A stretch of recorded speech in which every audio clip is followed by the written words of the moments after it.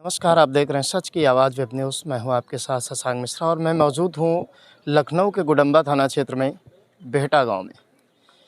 ये कुर्सी रोड के करीब गांव पड़ता है और यहां पर एक आज बहुत बड़ी हृदय विदारक घटना हुई है।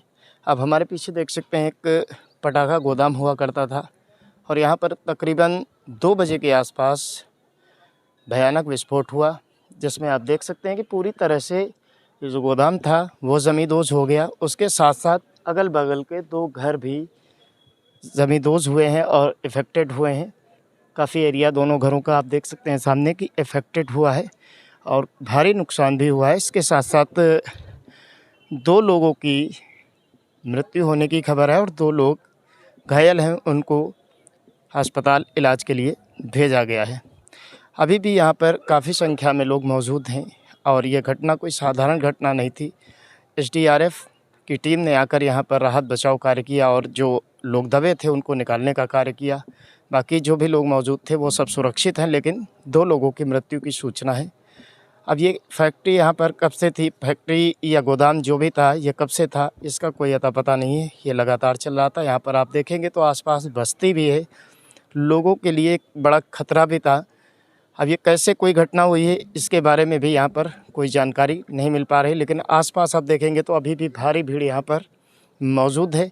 यहाँ पर जिलाधिकारी महोदय भी आए थे, विशाख जी अय्यर, उन्होंने भी यहाँ पर जांच पड़ताल की। बाकी पुलिस प्रशासन और एसडीआरएफ की टीम लगातार यहाँ पर बनी हुई है। राहत बचाव का कार्य भी किया गया है और जो पुलिस के द्वारा यहाँ की सुरक्षा की व्यवस्था की बात है वो भी पुलिस बल अभी भी यहाँ पर मौजूद है। लगातार जो चीज़ें हैं, जिलाधिकारी महोदय ने यहाँ पर आकर के उचित जांच और कार्रवाई का भी भरोसा दिया है कि जो ये घटना हुई है ये अच्छी नहीं है किसी भी तरीके से, क्योंकि आबादी के आसपास ऐसी चीज़ें कतई सुरक्षित नहीं होती हैं। यहाँ पर रहने वाले लोगों का खतरा भी हमेशा बना रहता है और वही हुआ। अब सवाल ये उठता है कि लंबे समय से ऐसे गोदाम जो होते हैं वो आबादी के आसपास किस तरह चलते रहते हैं, इन पर ज़रूरी जांच होने की आवश्यकता है और इस तरीके के जो खतरे होते हैं ये आबादी से दूर होने चाहिए, ना कि आबादी के पास, क्योंकि ये हादसे कभी भी किसी भी समय हो सकते हैं, इसका कोई पहले से अंदेशा नहीं होता है। लेकिन अगर इस तरीके के गोदाम के पास आबादी होती है तो उस आबादी के लिए भी बड़ा खतरा बना रहता है। अगर ये गोदाम एकांत में होता, दूर होता आबादी से, तो ये जो 2 घर आसपास के हैं इन घरों का नुकसान नहीं होता, यहाँ के रहने वाले लोगों का नुकसान नहीं होता।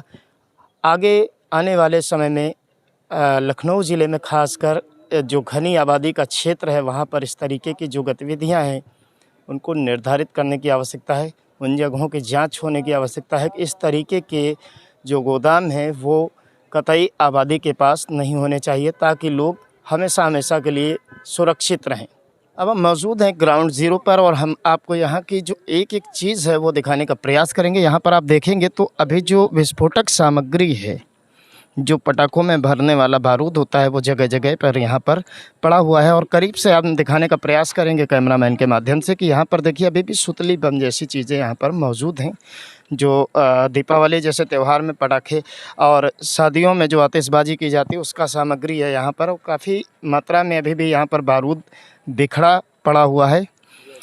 ये और आगे देखेंगे कैमरामैन, एक-एक चीज़ कवर करने की कोशिश करेंगे। ये देखिए अभी यहाँ पर सुतली बम पूरी तरह से मौजूद है और कैमरामैन से आग्रह है कि नीचे देखकर ही करें, क्योंकि कोई भी यहाँ पर जो सुतली बम है वो ज़िंदा भी हो सकता है, इसलिए थोड़ी सी होशियारी भी आवश्यक है।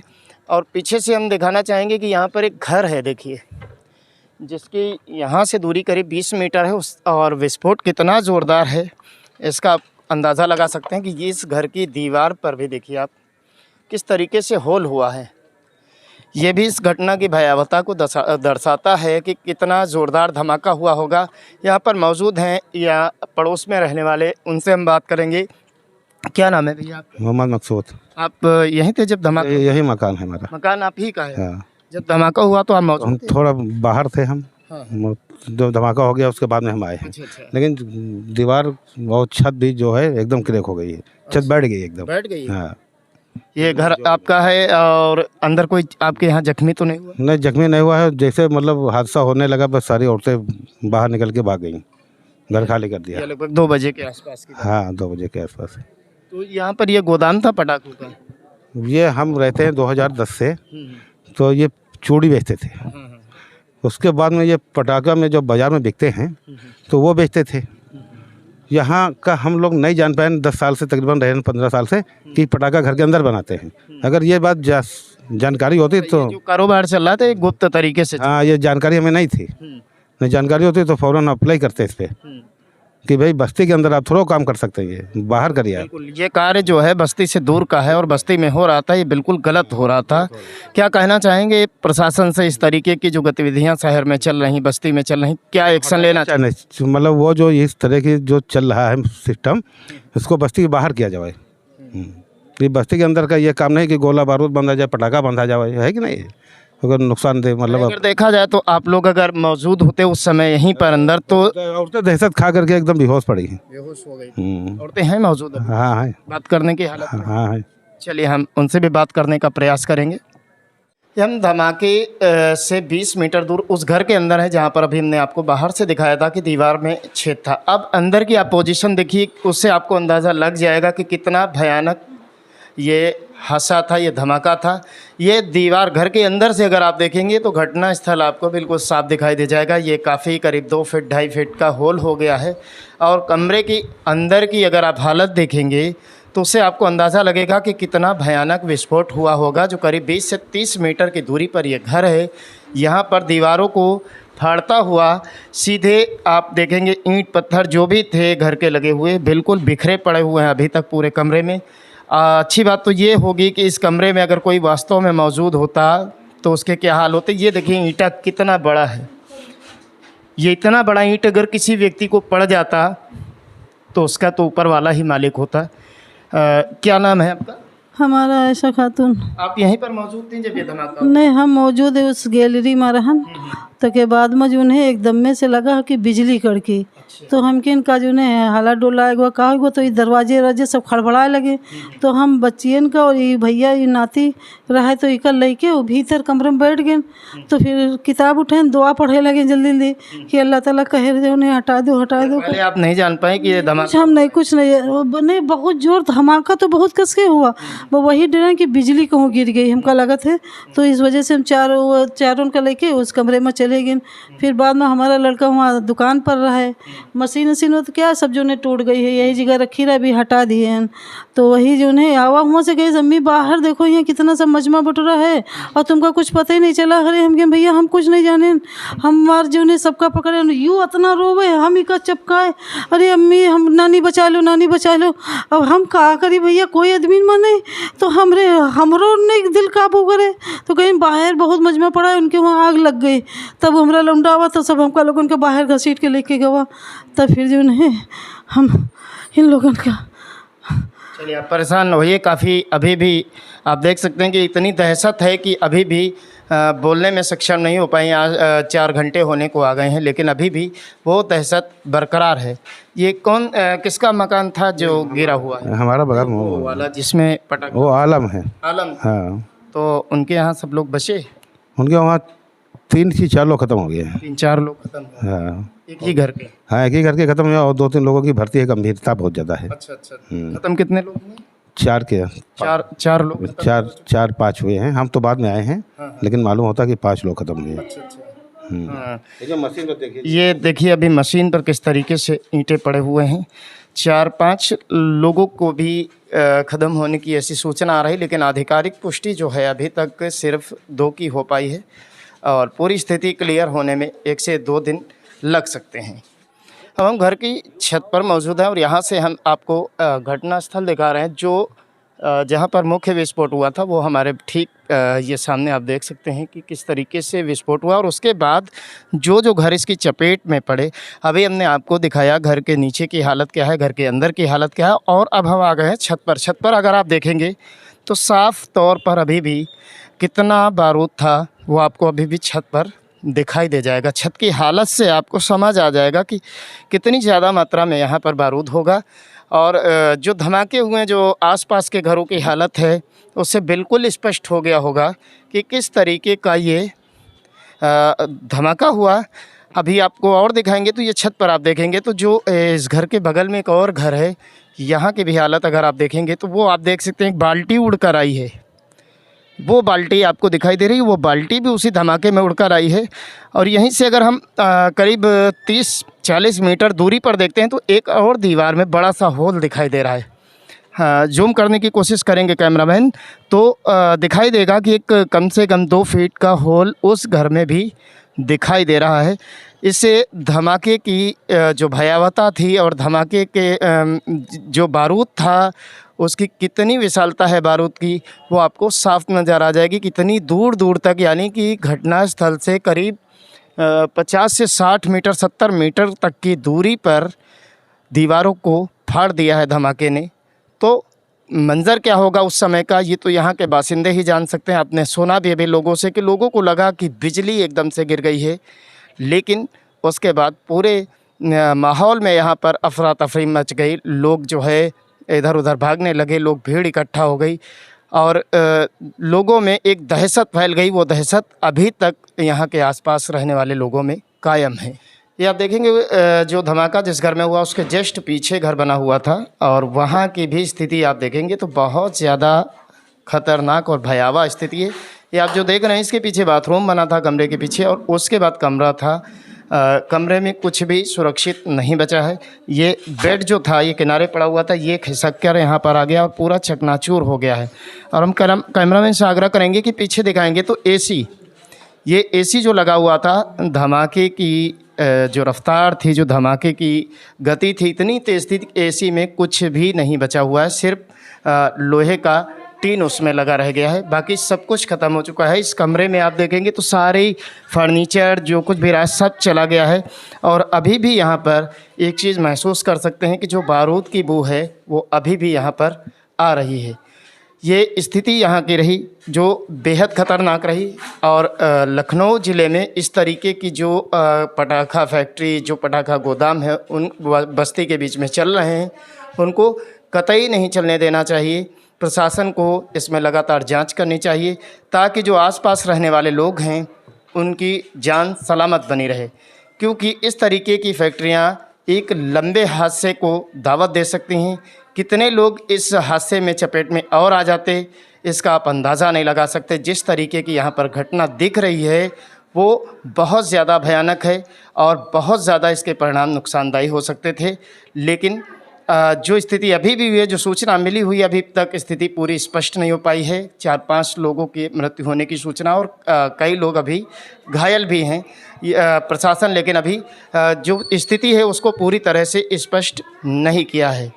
आगे इस तरीके की लखनऊ में घटनाएं ना हो, लखनऊ क्या पूरे उत्तर प्रदेश और भारत में इस तरीके की घटनाएं नहीं होनी चाहिए, क्योंकि मानव जीवन वो जीवन है जिसका सुरक्षित रहना बहुत ज़रूरी है। भाई साहब हैं जो घायल हुए हैं और हम उनसे बातचीत करते हैं कि घटना के समय जो घटना की भयावहता थी वो कैसी थी। क्या नाम है भैया? सर मेरा नाम जैद खान है। जैद जी, आप घर पे मौजूद थे जब ये घटना? जी सर, मैं नहा के फ्रेश होके अपना लेटा हुआ था बेड पे और घर में सिर्फ 2 लोग थे, मैं और मेरी वाइफ। वो नहा के जस्ट निकली हुई थी, बस 2 मिनट या 3 मिनट हो रहा होगा। तो फिर मैं लेटा ही था, सडनली कुछ आवाज़ आई बहुत तेज़ से। उतनी देर में मैं बेड के अंदर हूँ, सारा मलबा मेरे ऊपर। अच्छा जी, और मैं फंस गया था कायदे से। मेरी वाइफ को भी ईंट से चोट लगी सर पे। जो बेड वो टूटा पड़ा उसी जी, उसी के ऊपर मैं लेटा हुआ था। सडनली वो दबा और सरका और दीवार सारी उसके ऊपर। यानी आपको कुछ समझ में भी नहीं आया? हमको पलक झपकने का टाइम नहीं मिला, ये कंडीशन थी। इतना ज़्यादा उसमें पावर था, या इतना ज़्यादा आप कह सकते हैं कि उसकी इम्पैक्ट थे इतना ज़्यादा कि समझ में नहीं आया क्या हुआ क्या नहीं हुआ। और मैं मलबे के नीचे दब गया, मेरी आंखें बंद होने लगी। मेरी वाइफ ने किसी तरह हिम्मत करके मेरा हाथ पकड़ा और खींचा मुझे और बाहर निकाला। उसी चक्कर में मुझे चोट आ गई। अगर देर हो जाती तो आपके साथ भी बड़ी देर हो जाती सर तो आई एम सॉरी, मैं आपसे बात नहीं कर पाता इस वक्त। ये इम्पैक्ट था मेरे ऊपर, पूरा समझ लीजिए दीवार एक गिरी है।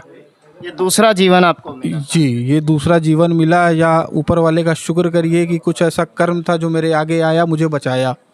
क्या कहना चाहेंगे प्रशासन से कि इस तरीके की जो फैक्ट्रीज और गोदाम है ये बस्ती के बीच में चल रहे होते हैं, इनकी क्या प्रशासन को खबर नहीं होती? प्रशासन से ये बस कहना चाहूँगा कि प्रशासन सब कुछ करती है, पेट्रोलिंग करती है, निगाह रखती है, पहचान रखती है, वीडियो बनाती है, सब करती है, बट एटलीस्ट कुछ नहीं करती है।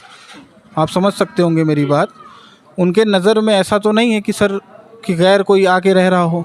आखिर ये लोग हमसे पहले रह रहे हैं। मैं तो दो साल भी नहीं पूरे हुए हैं, 1.5 साल मान के चलेंगे, 1.5 साल हुए मुझे रहते हुए, बट ये लोग मेरे ख्याल से 12 साल या 10 साल के ऊपर से रह रहे हैं।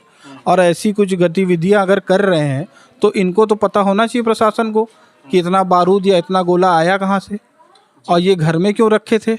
अगर इनका पेशा है, काम है, तो आप बाहर करिए। हाँ बिल्कुल, बस्ती से दूर होना बस्ती से दूर होना चाहिए, फैमिली से दूर होना चाहिए। आप अगर इतना अलाउ कर रहे हैं तो कल को इसकी जगह पे कुछ और भी हो सकता है। बिल्कुल हो सकता है। अभी आपने पुलवामा में देखा या और भी कहीं जगह देखा। RDX जैसी चीज़ें भी हो सकती हैं जो शहर के लिए पूरी तरह से मैं किसी को इल्ज़ाम नहीं लगा रहा हूँ, हमारी सरकार बहुत अच्छी सरकार है, योगी जी जो कर रहे हैं बहुत अच्छा कर रहे हैं, लेकिन हम पुलिस वालों से बस ये पूछना चाह रहे हैं कि इसकी जगह पे कुछ और होता अगर, तो आप क्या जवाब देते। ये तो समझ लीजिए कि सुतली बम या जो आप कह लीजिए वो था। अगर इसकी जगह पे कुछ और होता, इससे बड़ी चीज़ भी हो सकती थी। मैं मर सकता था, मेरी वाइफ मर सकती थी, या जो भी ओवरऑल देखा जाए पूरा घर मेरे ऊपर गिर सकता था। इसका कौन वो लेता जिम्मेवार। क्या कहना चाहेंगे योगी जी से कि उम्मीद है कि इस घटना के बाद संबंध लेंगे, संज्ञान में लेंगे? योगी जी से मैं बिल्कुल यही कहना चाहूँगा कि वो अपनी नज़र इस पे डालें। जो लोग प्रेरित हुए हैं या जिनका नुकसान हुआ है या जो भी सरकार अपने तरफ से मदद करना चाहे तो वो मदद करे, खुल के आए सामने, सपोर्ट करे कि हाँ हमें परवाह है अपने लोगों की, अपने वोटर्स की, या अपने जितने नागरिक हैं उनकी परवाह है। जो नुकसान हुआ है उसको समझें, वेरीफाई करें और भविष्य में ऐसी गतिविधियां ना हो उसके लिए एक अलग से इनको पेट्रोलिंग करनी चाहिए कि किनके घर में क्या काम व्यापारी हो रहा है, किस घर में किस कैटेगरी के लोग रह रहे हैं। और मुझसे बस यही उम्मीद है योगी जी से कि उनकी सरकार बहुत अच्छा काम कर रही है और 2027 में भी हम उनको देखना चाहेंगे, तो और उनको बढ़ चढ़ के जो है इस पे भाग लेना चाहिए। मेरी बस यही कामना है और बाकी मुझे किसी से कुछ गिला शिकवा नहीं है। अब आपने सुनी बातें, लेकिन फिर भी एक सवाल बना हुआ है। दीपावली में जो छोटे छोटे दुकानदार होते हैं उन तक पुलिस आसानी से पहुंच जाती है, उनके पटाखों की दुकानें भी सील कर दी जाती हैं, उनके लाइसेंस चेक किए जाते हैं, लेकिन इतनी बड़ी मात्रा में यहाँ पर बारूद मौजूद था, पटाखे मौजूद थे, जो आसपास का 100 मीटर का जो दायरा है करीब, उसको पूरी तरह से बर्बाद कर दिया। आखिर पुलिस और प्रशासन की नज़र अब तक वहाँ क्यों नहीं पहुँची? ये एक बड़ी पहेली है। हर जगह का पता लगाने वाली पुलिस ऐसी जगहों का पता क्यों नहीं लगा पाई? कोई थोड़ी मात्रा में अगर पटाखा बेच रहा होता है पुलिस को सूचना मिल जाती है, लेकिन इतनी बड़ी मात्रा में गोदाम है, वहाँ पर बनाए जा रहे हैं पटाखे, वहाँ पर बारूद मौजूद है, उसके बावजूद अगर पुलिस को खबर नहीं मिली तो ये एक बड़ा सवाल है उत्तर प्रदेश पुलिस पर। योगी सरकार को इस पर पूरी तरह से ध्यान देना चाहिए। पटाखा बनाना या बेचना किसी भी तरह से अवैध नहीं है, लेकिन जो उसकी गाइडलाइंस हैं उसके हिसाब से अगर किया जाए, लोगों की सुरक्षा को ध्यान में रखते हुए किया जाए तो ही जायज़ हैं, अन्यथा नहीं। आप सभी लोग सजग रहें, सुरक्षित रहें। अगर आपके आसपास इस तरीके की गतिविधियां चल रही, इस तरीके की पटाखा फैक्ट्री चल रही हों, तो पुलिस प्रशासन को ज़रूर सूचना दें ताकि आपका घर भी, आपका परिवार भी सुरक्षित रह सके, क्योंकि आपकी चुप्पी भी कभी कभी आपके ही लोगों पर भारी पड़ जाती है। जैसा कि आपने यहाँ के मोहल्ले में देखा कि अगर यहाँ की सूचना पहले से हुई होती तो शायद आज जो इतना बड़ा हादसा है वो बिल्कुल नहीं होता। कई मौतें हुई हैं, कई लोग घायल हैं, वो सब आज यहाँ पर बिल्कुल सुरक्षित होते। इसलिए आप सभी लोगों से एक आग्रह है, सजग रहें, सुरक्षित रहें। अपने आसपास की होने वाली गतिविधियाँ अगर आपको ठीक नहीं लगती हैं, बिल्कुल आप प्रशासन को सूचित कर सकते हैं।